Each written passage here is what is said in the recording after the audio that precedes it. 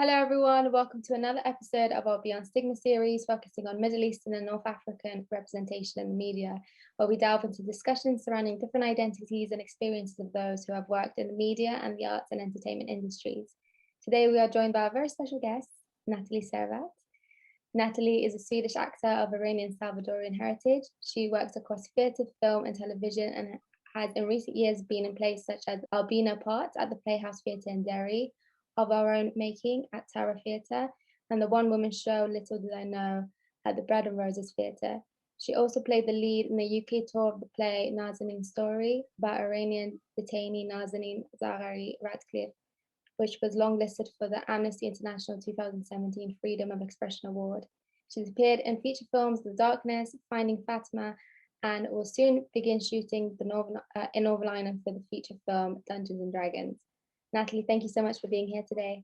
Thank you so much for having me. Thank you. So as a starting question that we've been asking all of our guests, what made you want to pursue a career in this industry? I'm basically just a film buff. My mother and my dad had a massive passion for film, and we would just go to the cinema twice a week. We would go and rent movies, when you had to rent the VHS players and the cassettes and everything. Yeah. And we just did that a few times a week. So film has always been a massive part of my life. My dad was always into more of the classics as well. So he introduced me to, Stan Laurel and Oliver Hardy, those kinds of things. And that really encouraged my journey to pursue my dream to become an actor, really. Oh, that's so cute.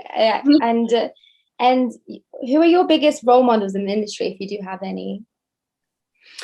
It's a good question. I really look up to Golshifteh Farhani. I think she's an amazing actress. I really like just her style and her integrity, and the fact that she's even after being exiled from Iran, has managed to make a really successful career internationally and in France and so on. But really and truly, I really do believe in that sort of don't meet your idols kind of thing. So the people that I really look up to are my fellow colleagues, people around me who are just as me on this very tough road to trying to achieve some kind of success. So really, I look towards my peers for that. And what do you, this is another very broad question, but it's one that we asked to get into deeper discussions. But what do you currently think about the representation of MENA individuals in the media at the moment?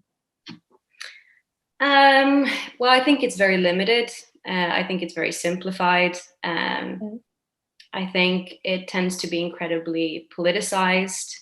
We have so many years of unlearning to do at the moment from how we've been represented in film and TV and the media for decades now.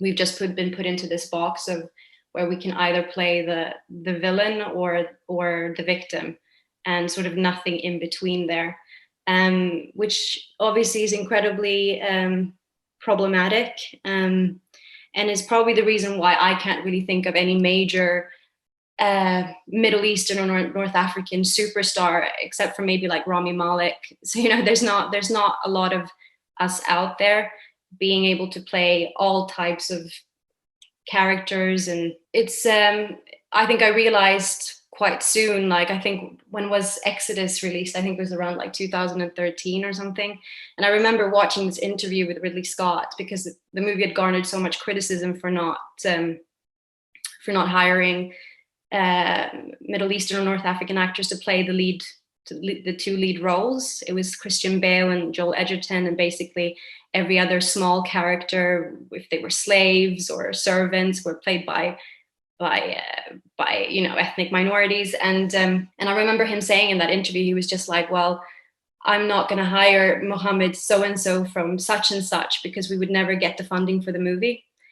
And when I heard that, I remember thinking, we're not even allowed to tell our own stories, because if Ridley Scott can't even get funding for a movie with a MENA individual as the lead, then who the hell can? Exactly. So that's when I think I really realized how difficult that journey was going to be for me as an actress. Yeah, that's so sad. I didn't know about this interview, but you can see it in other films as well. And it's just sad because I feel as if, I might be wrong, but when it comes to making a story or actually, telling a story, especially a historical event about, the MENA region, they always find, a white person to play the main role. Yeah. And then for the other side characters, like you were saying, they're all actually from the MENA region. And it's just like, why can't the main role just go to someone from that region, No, so yeah, that's what I was trying to say. Like, we're not allowed to play the heroes at the end of the day. Oh That's God, not how yeah. we're portrayed. Yeah. And it's always like you were saying, victims or the villains, kind of going off on that, it's quite similar. But what have your own experiences as a MENA individual been like working in this industry? I use my sort of theater experiences as a good example for it. Like, I did about 5 plays back to back from 2018 to 2019. I would say all of them were political to some extent. 4 of them were very political, and 3 of them were about the refugee crisis. Yeah. And obviously, I don't mind telling those stories. But when all the casting breakdowns that you're receiving are to play like the refugee, that's what I was getting in at the time a lot, is like, okay, people found out, I think maybe that I was my parents were refugees in the 80s, and so they thought that would bring some sort of authenticity to the project. Do you know what I mean? And then those were the casting breakdowns that I would receive over and over and over again, and I just thought, like, wow, like your very existence just automatically becomes politicized, and there's nothing you can do about it, and people just instantly want to put you into that box. So there was just a part of me who said, like, there's gonna have to come a point where I just can't do these parts anymore, and I'll have to say no, because I'm so much more than just that. My cultural heritage, my ethnicity isn't at the forefront of everything, do you know, Yeah, in exactly. everyday life. Do you know what I mean? I too just have, love problems or friendship problems, or, that's has nothing to do with where I'm from, Yeah. So that has been my experiences a lot. And also, funnily enough, realizing that a lot of these stories are not actually being told by MENA individuals. They're not being written by them. They're not being directed by them. They're not being produced by them. And to be completely honest with you, sometimes not even acted by them. So I would have a lot of experiences of coming in, and I would read a script and I would think that the director meant one thing by it, and then realizing that he means something completely different, which is borderline going on the offensive, and then having to have that conversation with them and having to be met by this massive wall saying, like, no, this is how it is. And it's like, well, no, it's not. And I'm telling you because I think I have more knowledge on the matter than you do. So the importance of having MENA individuals involved in every aspect of a process, I think, is incredibly important in order to tell accurate stories and in order to represent us accurately as well. Yeah, exactly. And that's so sad because, you're saying you've done a lot of roles for stories that talk about refugees and the migrant crisis and all this kind of stuff. And it's a very sensitive topic as well, and it's one that a lot of people from this background have experienced or know family members that have experienced. So it's so important to, get that right, as with every other thing that, you're talking about, but especially when it's such a sensitive topic, and they, are getting things wrong, it makes you feel, horrible as well. It makes you feel like they're not really caring about your background and what you've gone through, what your family have gone through. So that's just... Yeah, absolutely. And you feel mortified because you feel like you're a part of something that you can't stand by, and at the end of the day, if those are also the only roles that are being offered to you, you feel like you have to say yes to them as well. Like, it's not always you can sort of background check everything and make sure that everyone's on the same page, and this is going to be, all you can do is read the script and hope that for the best, and think that this is something that you want to be a part of. But then when it sort of starts being misconstrued and being turned into something that you don't agree with, yeah, it can be a very painful process, but I do put it down to the fact that that individual has no real knowledge of the subject and has just never experienced being a minority themselves. Do you know what I mean? Exactly. It's so true. And I think that this is something that's definitely come up with other guests as well. This whole issue of it seems to be within, but behind the scenes as well. They're not being the writers, they're not being the directors from that region to actually correctly portray these identities and these stories. And so you've done theatre work and you've done work in film. Would you say that it's any different between the two when it comes to MENA representation, or when it comes to the correct portrayal of MENA individuals, or do you think it's pretty much the same between the two? I think there's definitely, I can see that there's an effort to change things. There is obviously this push for inclusivity now and ensuring that there are people of different backgrounds involved. As I said, I think there's still a long way to go. And unfortunately, I think a lot of the resistance is also met by, it also comes from sort of fellow actors as well, because I think some actors and some directors and stuff, there's a lot of comments that you keep hearing now about like, well, this isn't our time anymore, it's your time. Like this, like now you're getting, obviously all the breakdowns is now looking for ethnic minorities. And so this is resulting in us not getting any work. So obviously you're sorted, you're doing fine now, aren't you? Because now suddenly they want people from other backgrounds. And it's like, no, that's not actually what's happening. And really that argument is no different from somebody just saying, well, the immigrants are coming over here and taking over our jobs. Yeah, exactly. Oh my God. That's so crazy. But no, definitely, it's hard. Like I think the UK as well has a particular way of going about things, and I think you do tend to see a lot of more inclusivity in the States, for example, and you see a lot of main characters that are Black or brown, or which is great. Which I find here they're trying to push for that more, but it's taking a bit more time. So yeah, I mean, I think I still see too many like problematic depictions of like Muslim people and MENA individuals. I do, like, even like Bodyguard, which was so massively popular here. It was such a huge series, and I remember just watching the ending thinking, really? Me too. That's so incredibly offensive. Like, what are you actually trying to say? Like, what are you actually trying to say?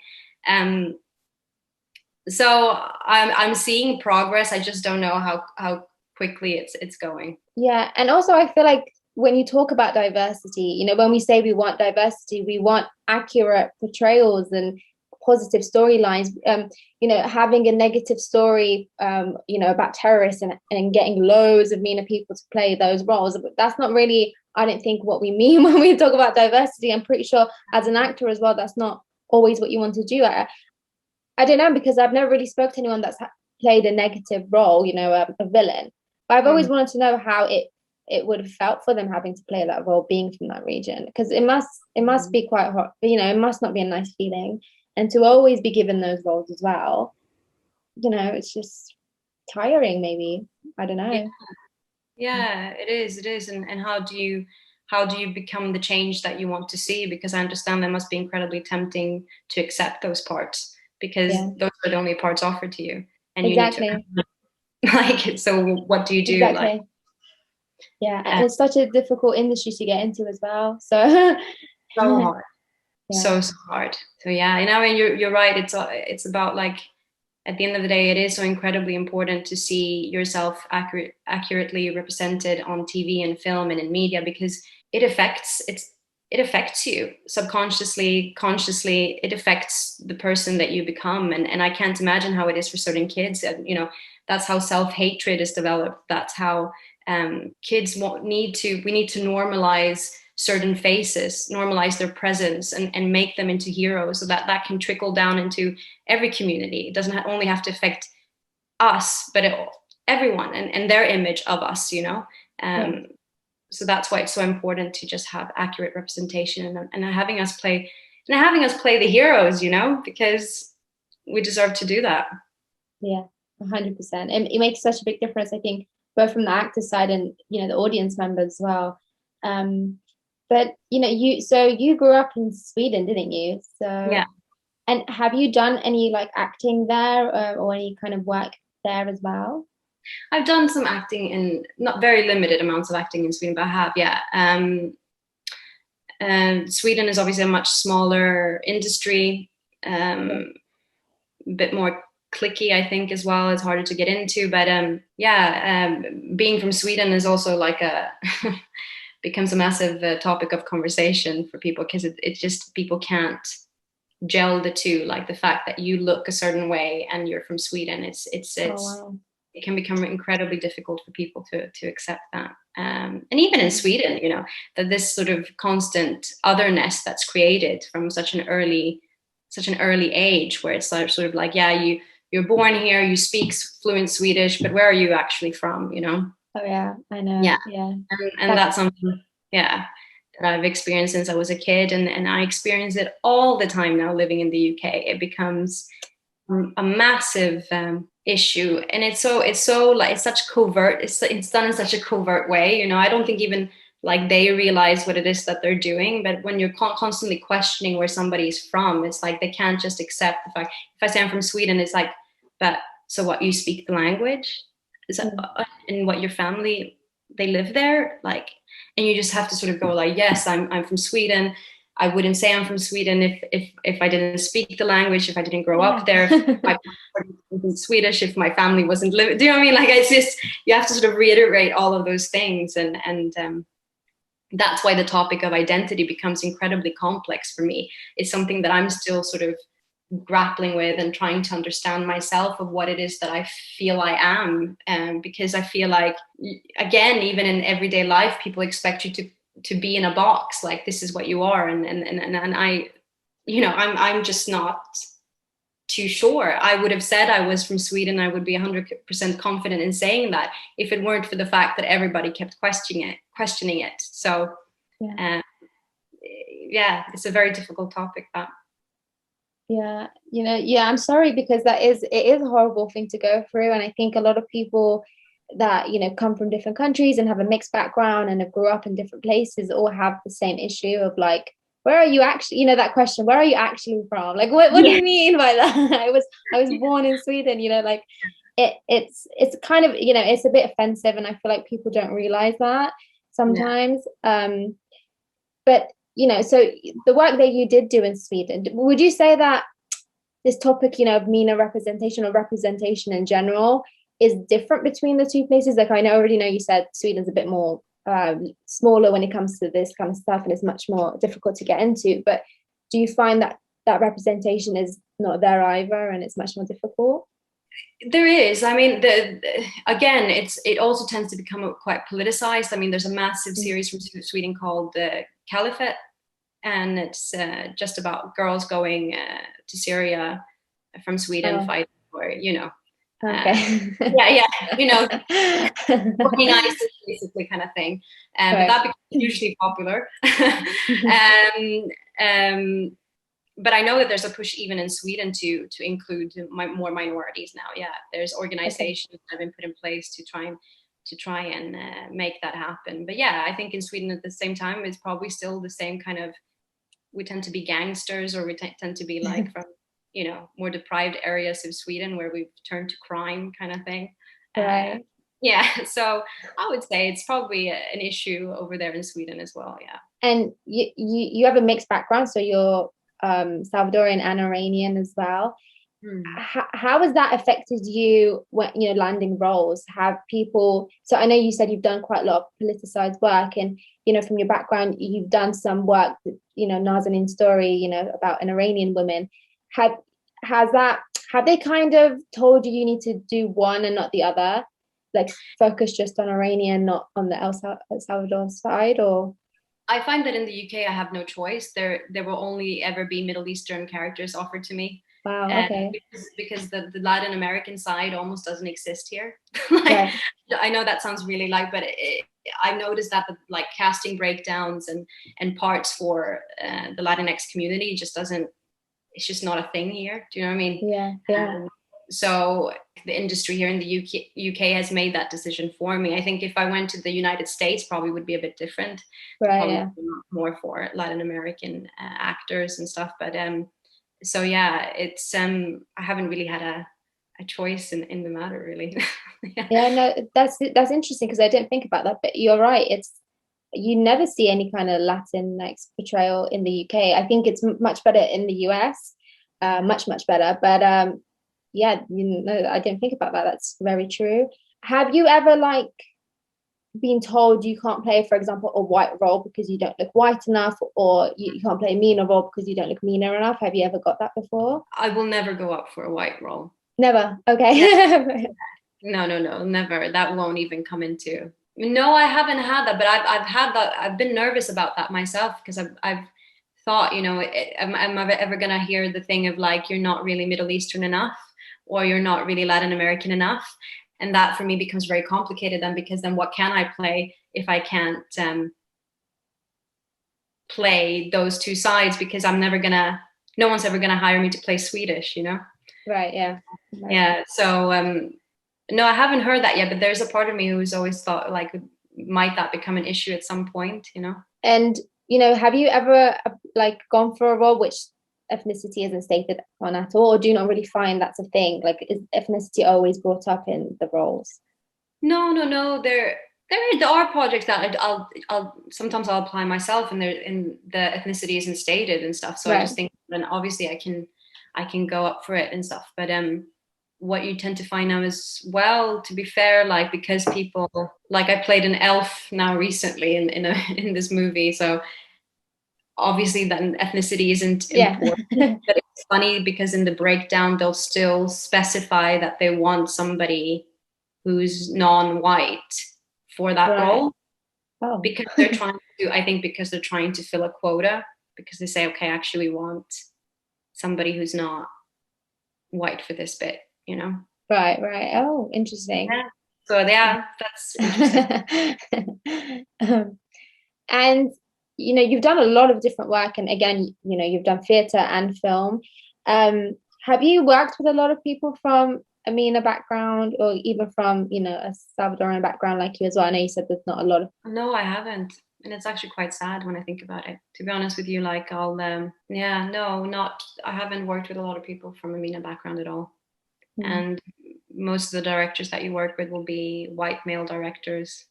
So to be honest with you, it's not even like I worked with a lot of women who have been behind sort of the camera or behind the scenes.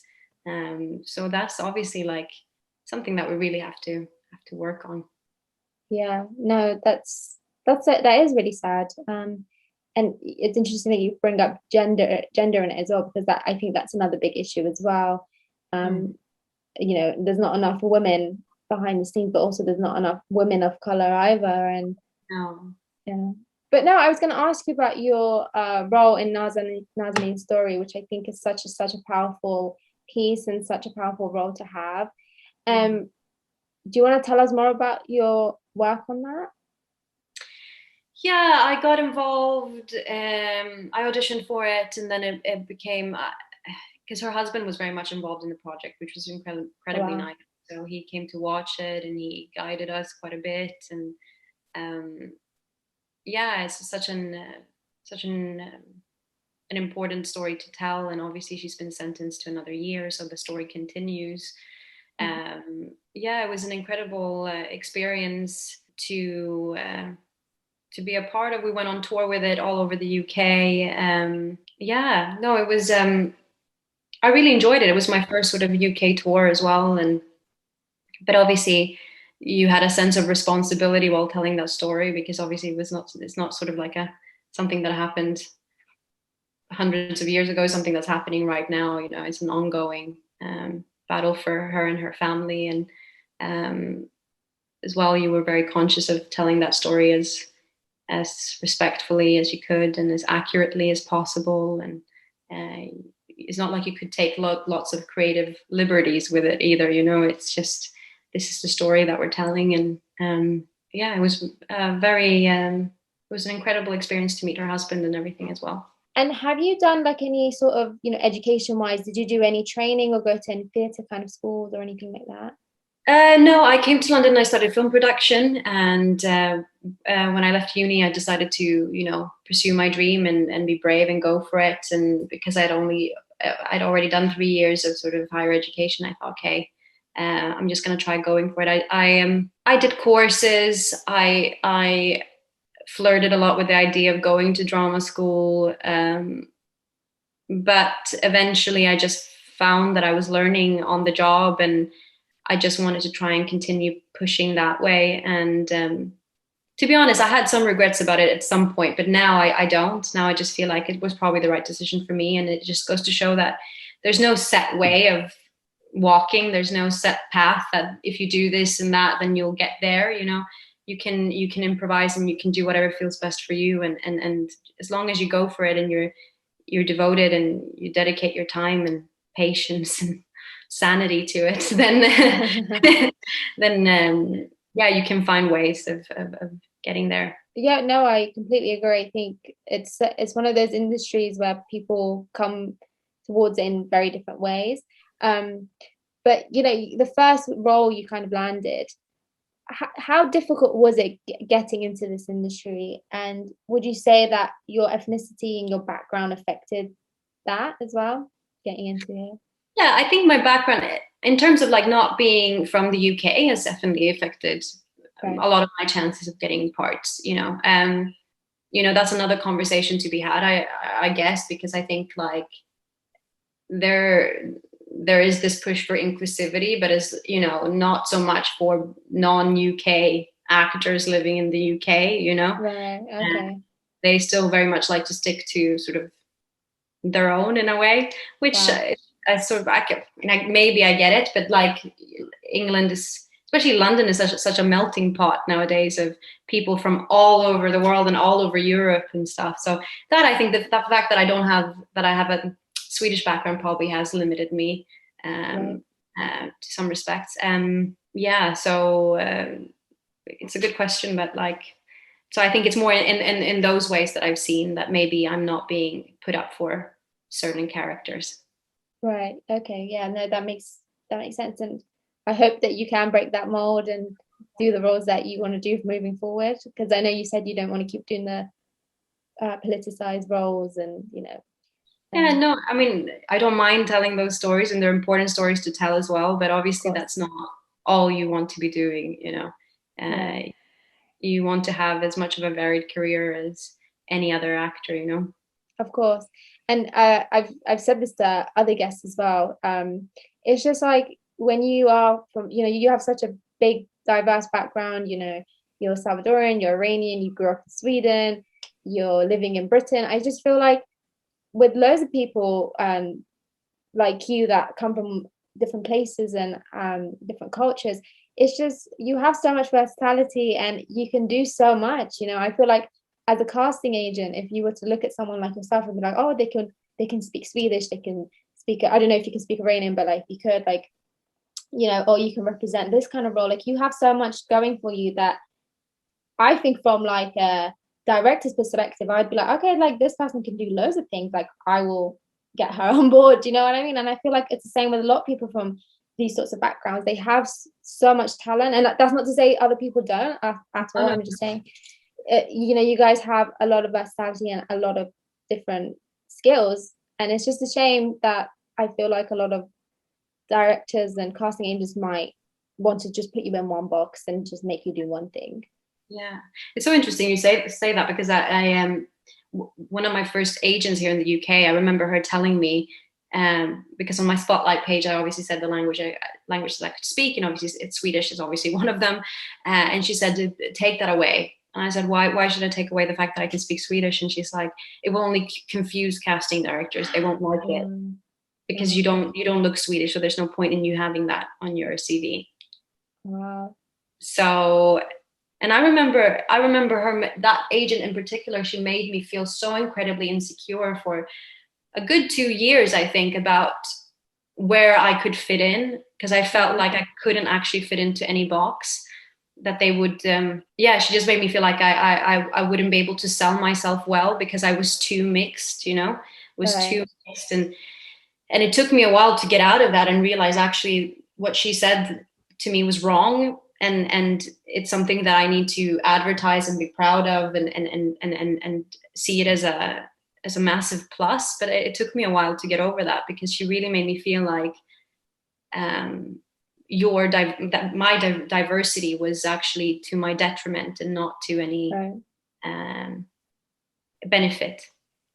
Oh wow, I'm so sorry to hear that, because it's interesting that you say that with the language part as well, because another guest also said the exact same thing. They said that because their agent said take that away because it will confuse the directors, and that is the exact same thing you said, which is so crazy. Because I don't know, but I feel like, the big Hollywood actors that you look at, the reason why they are so famous and they've won all the Oscars is because they've done a broad range of roles. They've spoken different languages, they've played different characters, and that's seen as a benefit for them. So why can't that be seen the same for you guys that have the same amount of skills and languages and different things you can bring to the table? Why do you have to fit into one box? Also because I think that you'll find that people start questioning now anyone, blind casting this, blind casting that, because even I know that there's a series shooting at the moment called, it's like a spin-off of Vikings called Vikings Valhalla, and they have now inclusive casting there as well. They have a lot of big characters that are not blonde, blue-eyed people, and apparently historically that's accurate, because the Vikings would go all over. They would take people and include them into sort of their operations, and you had black Vikings, brown Vikings, you had Vikings of all colors. And I just find it sad that maybe some people will look at that and think, this is just one of those things again that they're doing because they have to include ethnic actors and everything now. Do you know what I mean? When actually historically that's actually accurate. So once again, we've been erased from a lot of these storylines, even though we were very much a part of them.